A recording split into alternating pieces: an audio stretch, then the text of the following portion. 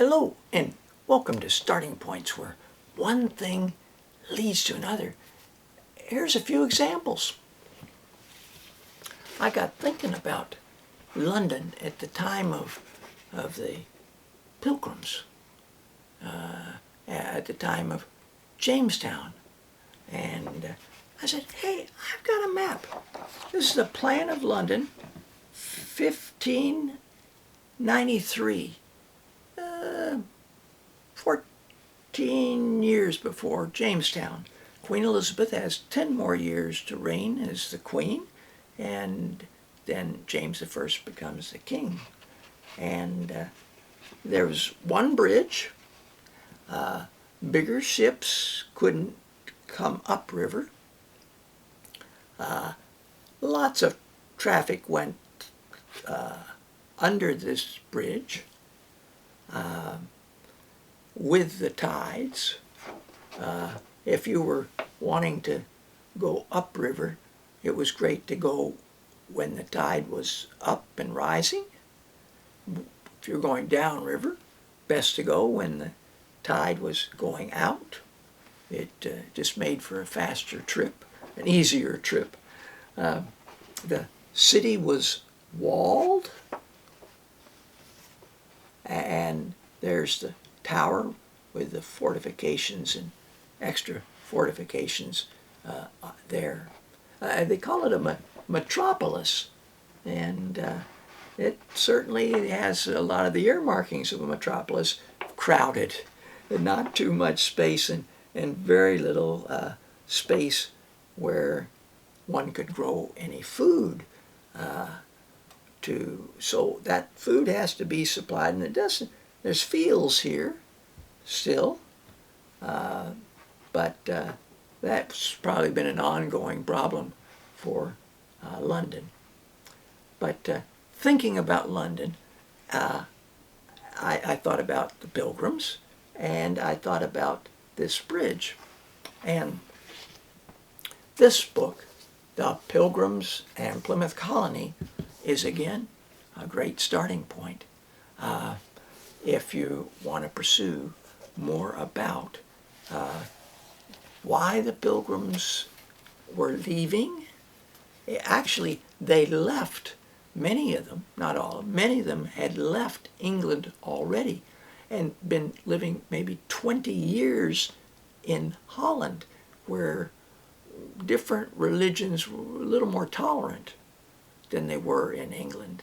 And then on the horizon, they could read what was coming, that there was going to be more warfare with the Spanish. This is in Holland, and that they best find some place a little less tumultuous. And there's in the book, lo and behold, this wonderful painting of the London Bridge.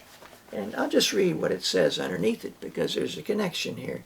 London Bridge, bridges do make a connection, in 1639 was lined with the shops of merchants and craftsmen. It was a great trade center, the first treasure of the group of merchant adventurers who financed the voyage of the Pilgrim group to North America, was a goldsmith whose shop was on this bridge. It's likely that other merchant adventurers also had businesses on the bridge. Well, it was quite a thoroughfare for that. And I noticed in the earlier map, it looked as though I could see down and see the roadway in 3 places along the bridge. And I find that I was not mistaken. There are 3 places where there's no building. This is a double between 2 sets of arches, and looking at it, I could see what appears to be 2 lines going down to this point, and made me think that this bridge could be hauled up both perhaps to let a little bit larger vessel come through that had a mast, but also in case they were attacked by land from the south. The troops couldn't just come rolling across this bridge. So, very interesting times. Thinking of London Bridge reminded me that when I first started reading The Hawk That Dared Not Hunt by Day by Scott Odell, I was hooked in the very first short chapter where they were standing, this young man and not this man but his uncle, who were standing in their ship, small ship, waiting for the tide to change right by the London Bridge. And in fact, a hawker of sea eels was calling to them, see if they'd like fresh eels. And they actually ended up having him throw one down to them. So that first little chapter, I already had hints to all kinds of things that were going to be going on. And I toyed with reading it, but you don't need to hear me read about it. It's nice for me to share books. So London Bridge is Falling Down by Peter Spier. Interesting, Peter Spier was born in Holland, and he ended up coming to the United States as well, but at a much later date. He took this old song and he illustrated it and gave a fulsome history of what happened. Here's the kind of thing that is on most pages. There's some color and details, just filled with details. This is a night watch, and the roadway over the bridge goes diminishing off in the distance there, and some skylights you can have glimpses of, a shop that joins two different sides of the street. 2 pages further is a tobacco shop where people could go in, just like a tea shop, and perhaps sample different kinds of tobacco using clay pipes. And after they'd finished sampling, made their choice, they'd break the end of that clay pipe off for it could be used by someone else until it finally was used up. I was surprised to see here Williamsburg, Virginia colony tobacco, and these crates of tobacco, casks of tobacco that had been shipped from Virginia. That became really their main economic means of trade, even through the times of starting of the United States, these big plantations and slaves.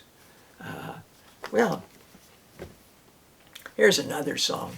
This is a great song. Fox went out on a chilly night, and he prayed to the moon to let it. Well, this old song was illustrated by Peter Spier, and I made a marker because there was another kind of bridge there, a covered bridge, which required a lot of work to build, but in the wintertime with snows, you didn't have to worry about slipping off the bridge in ice and snow. This was sheltered from that, and the rain too. Again, wood being used for a number of things. I think there may have been a picture here of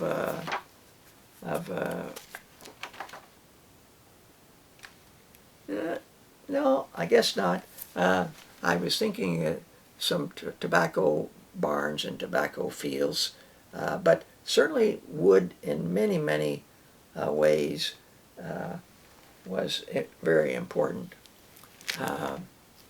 Here's to market to market. And he took that verse and illustrated it.